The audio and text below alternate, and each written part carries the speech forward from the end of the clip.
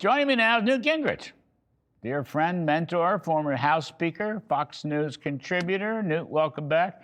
I want to talk about other stuff, Newt, but what did you think of my scenario for the city? You could stop Mamdani with those two strong, great women. Take a whack at it, please.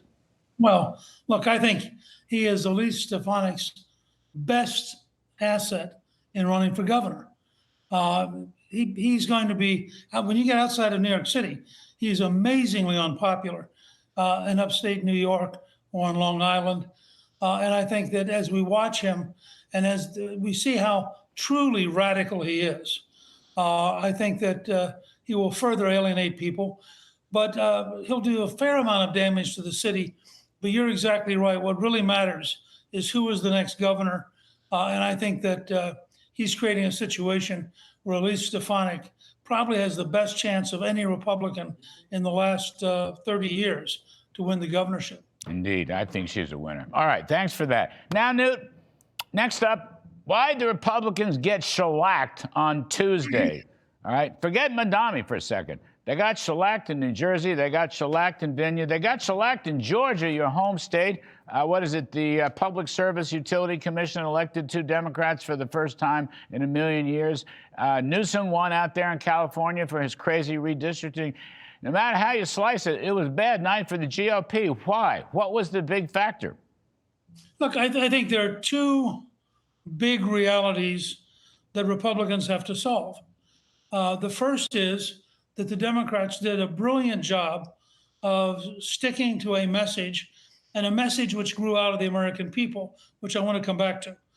And then second is Republicans have to find a way to motivate the Trump base voter to come out and vote if Trump's not on the ballot. I mean, it doesn't. I think President Trump was right in saying that the fact that he wasn't on the ballot was a major factor, but that doesn't solve anything. He's not going to be on the ballot in 26, and they had better find a way to get people to decide to vote. But I want to go back to this affordability issue, because I think probably I disagree with you a little bit, Larry. I think you have a reality problem here, not a messaging problem. I think when you have a 20% increase in the price of electricity in New Jersey, when the average family health insurance plan is now $27,000 a year, basically the equivalent of buying a small car every year.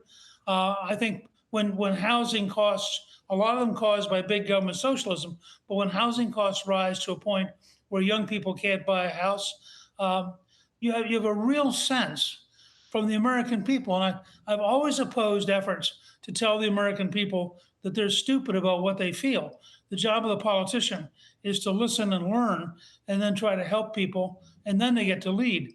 And the American people have been saying very clearly for about 5 years now that they're unhappy with the economy, that they can't afford things, and that they're very worried about what's going to happen.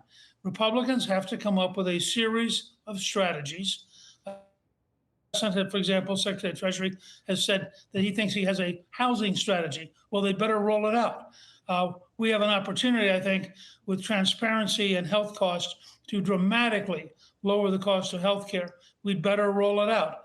I think every time you turn around, you have to find real solutions.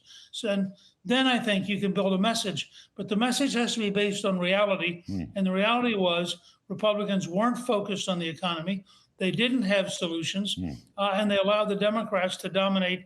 As James Carville said in 1992, it's the economy, stupid. Well, guess what? In 2026, it's going to be the economy, stupid. Yeah, for sure. And Republicans ought to focus on having the great answers and then winning the argument over those answers. Well, I certainly agree with that. Now, here's President Trump yesterday in Miami addressing this issue. Take a listen, please. You know, they have this new word called affordability. I think the biggest problem is Republicans don't talk about it. They don't talk about the word affordability. Wages for workers are rising at the fastest pace in over 60 years. And the cost of the typical new mortgage is down by nearly $3,000 a year. Day by day, we're making America affordable again. It's going to be affordable again at a really record pace. And I tell Republicans, if you want to win elections, you got to talk about these facts. You know, it's really easy to win elections when you talk about the facts. So, of course, all right, he's setting a new strategy or a new emphasis on a strategy. But you're right. The economy is going to decide next year. But look, prices, inflation is way, way, way lower under Trump than it was under Biden. I mean, that's an important point.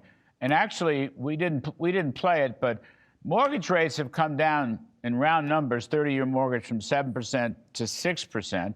That's about $3,000 a month cheaper. Mr. Trump made that point. Real wages for working folks have actually increased by nearly 2% just in the 8 or 9 months that he's been president. Now, they do need to explain the one big beautiful bill. I think they need to go much further, and they need to pound away.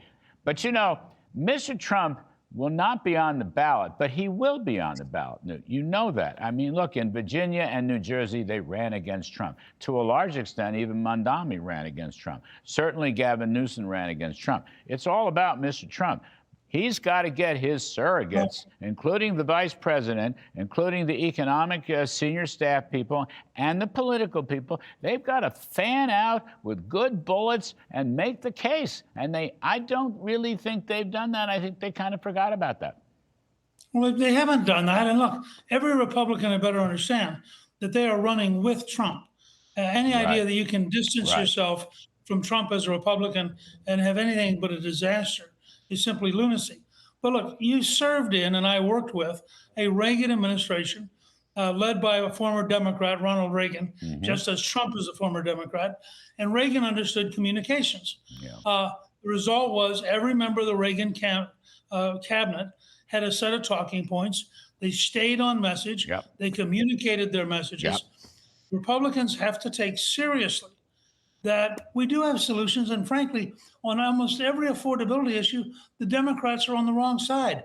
Their policies would raise the cost of electricity. Their policies would make housing more expensive and less available. Their policies will make health care more expensive and less available.